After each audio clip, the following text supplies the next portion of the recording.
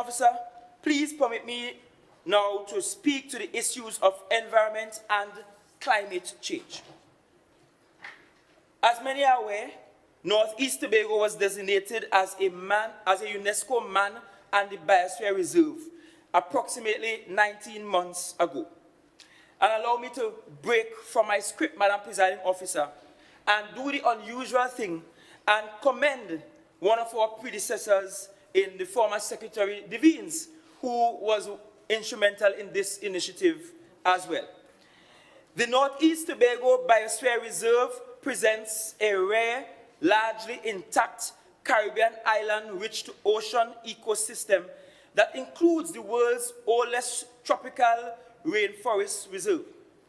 The Biosphere Reserve encompasses 83,488 hectares with a marine area of 68,384 hectares that is home to coral reefs and mangroves, among other resources.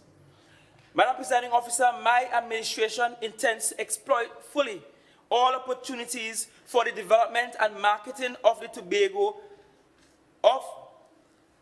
that comes with such a designation. The UNESCO Man and the Biosphere designation presents prospects for enhancement of Tobago's international reputation and brand recognition, which can be used by entrepreneurs to successfully market local goods and services. The attraction of green visitors, new phrase, but the attraction of green visitors in greater numbers and creating additional spending in the wider tourism sector. Increased funding from international donors, development banks, and private investment to support environmental conservation activities and development of the green, blue, and purple economies in support of sustainable development. Enhanced opportunities for education and professional development through international exchanges, and an elevated focus on the environmental challenges of concern. Madam Presiding Officer, it is important to note that the UNESCO Man and the Biosphere designation provides a robust framework through which a progressive, ecologically focused, culturally sensitive, people-centered development agenda can be pursued. Indeed, international organizations are already showing an interest in establishing long-term investment profiles and partnerships based on the UNESCO Man and the Biosphere designation. Madam Presiding Officer, given the challenging socio-economic legacy of COVID-19 and in consideration of key environmental and ecological assets for our socio-economic well-being, the potential of this designation to be an important post-COVID recovery catalyst for Northeast Tobago and the entire island must be harnessed, and we intend to do so. On the other hand, climate change remains the biggest existential threat to life and livelihoods that we have grown accustomed to.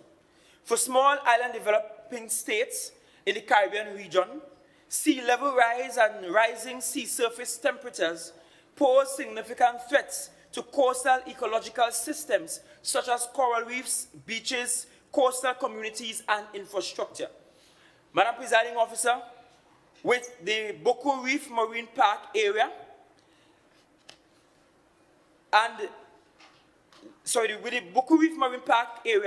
our SSTs and the anthropogenic effects arising from land-based activities have already resulted in significant coral decline in the Boko Reef. In addition to serving as nurseries for pelagic species, corals also play an important role in wave attenuation. Therefore, coral decline also results in feedback effects that manifest along our coastline in the form of coastal erosion and accretion. Madam Presiding Officer, Madam Presiding Officer, these effects are very evident along Tobago's treasured coastline. We are concerned about erosion along every coastline around the island, particularly along the windward coastline. Recently, a technical team from the CDB visited and conducted an assessment of coastal erosion around Tobago. Presiding Officer, having led the team along the visits, I can tell you that they were very astonished by the severity and aggressive nature of the erosion taking place around the island. The situation in the east is dire, with homes, beaches, fishing facilities under direct threat. The preliminary and conservative estimate given by the CDB team for the implementation of a well-engineered coastal protection and restoration program is at least 1.2 billion. I'm advised that the team submitted an interim report to the Ministry of Planning and Development for funding consideration. Madam Presiding Officer, our technical officers are in constant contact with the bank's team and await the required and necessary funding.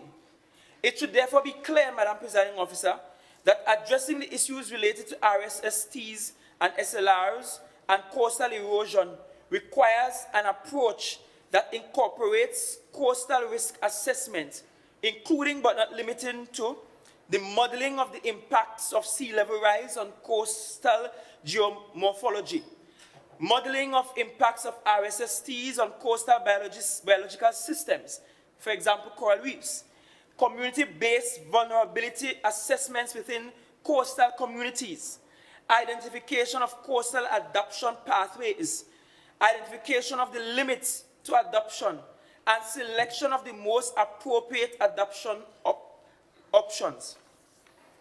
Madam Presiding Officer, the Coastal Management Unit in the Division of Infrastructure, Quarries and Urban Development is engaged in a process of finding hard solutions. However, the tactical installation of armored rocks and other hard structures along vulnerable coastlines is only one strategy, which regrettably could at times lead to maladaptive coastal management outcomes that could exacerbate the effects of coastal erosion. Such maladaptive responses already exist in coastal southwest Tobago in areas such as Black Rock, Swallows, and the Pigeon Point Heritage Park. What is therefore urgently required is a suite of solutions that include infrastructure fixes, nature-based solutions, institutional strengthening, and a clear plan of action. In this regard, Presiding Officer, the Secretary with responsibility for coastal management is currently engaged in a process to undertake a comprehensive study of coastal erosion across all of Tobago. The project is entitled Living with the Sea. Beginning in fiscal 2023, we will establish a Living with the Sea working group that will be tasked with the responsibility of developing a comprehensive coastal resilience plan for areas that have been affected by the impacts of climatic and environmental changes. As part of the global community, Tobago is committed to playing its part in meeting global climate targets. Notwithstanding our insignificant role in fueling climate change, in pursuit of a net zero economy, the THA intends to account accurately for the role that its natural assets play in offsetting carbon emissions by exploring non-invasive ways of measuring the carbon sequestration capacity of Tobago's forest resources. Some experts believe that results of such an exercise may very well reveal that the island has already achieved and indeed exceeded the net zero target. Madam Presiding Officer, this information is expected to be particularly valuable to our international environmental reputation and tourism marketing efforts.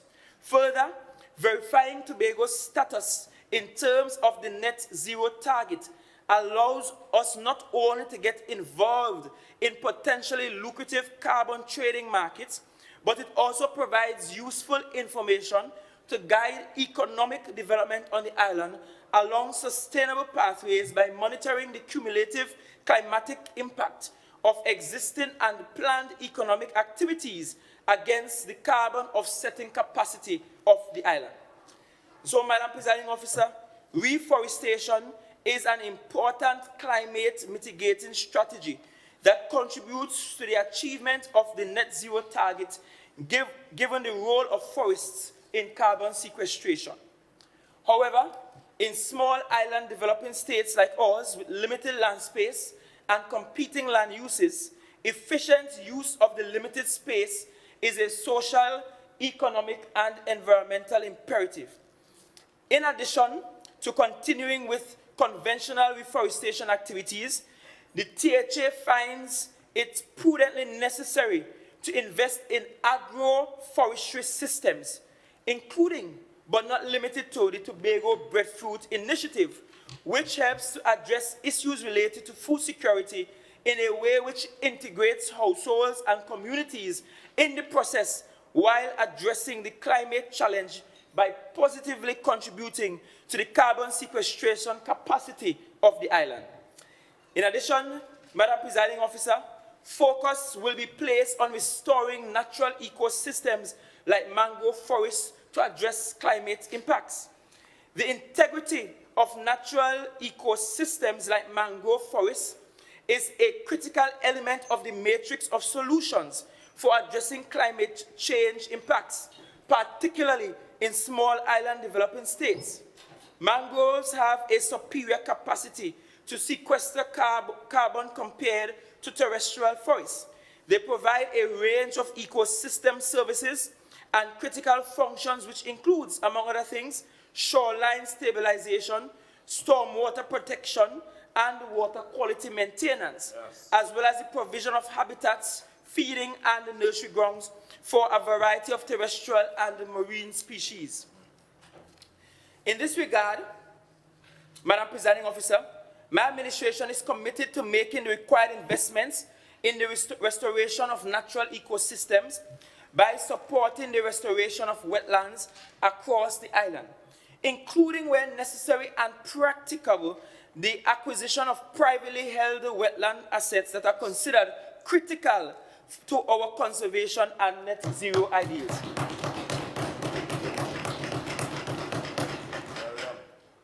Globally, the energy and transport sectors are the source of very significant majority of greenhouse gases and emissions. And therefore, these sectors hold a key to meeting the climate challenge.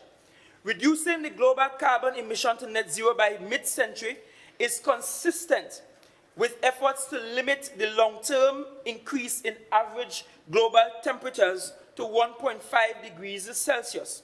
However, this calls for a transformation of how we all produce, transport, and consume energy. It also calls for the meaningful involvement of citizens in the process, and the transition to net zero is for and about people. A transition of this nature can only be achieved, Madam Presiding Officer, with the sustained support and participation by citizens. Madam Presiding Officer, for many countries, the net zero path is narrow, and staying on that pathway requires immediate investment in clean and efficient technologies. While Tobago isn't a significant producer of energy in-house, its long tradition of environmental stewardship, our international obligations, and our commitment to that net zero pathway calls for scaling up investments in renewable energy, particularly solar energy. In light of the rapidly reducing costs of solar power infrastructure, and as the technology becomes more efficient, electrification must be considered as an important economy-wide tool for reducing emissions in support of our net zero ideals. Accordingly, the THA is committed to facilitating the process to ensure that the energy requirements of all new public housing developments and existing THA-owned facilities will be satisfied in part by renewable energy powered by solar electricity.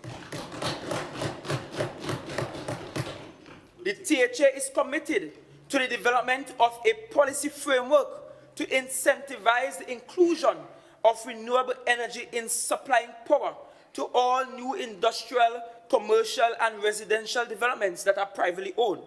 Further, Madam Presiding Officer, this administration is committed to a progressive urban and rural planning agenda which provides for significant uptake in the utilization of renewable energy in facilitating the establishment and maintenance of commercial infrastructure and communication in support of sustainable development.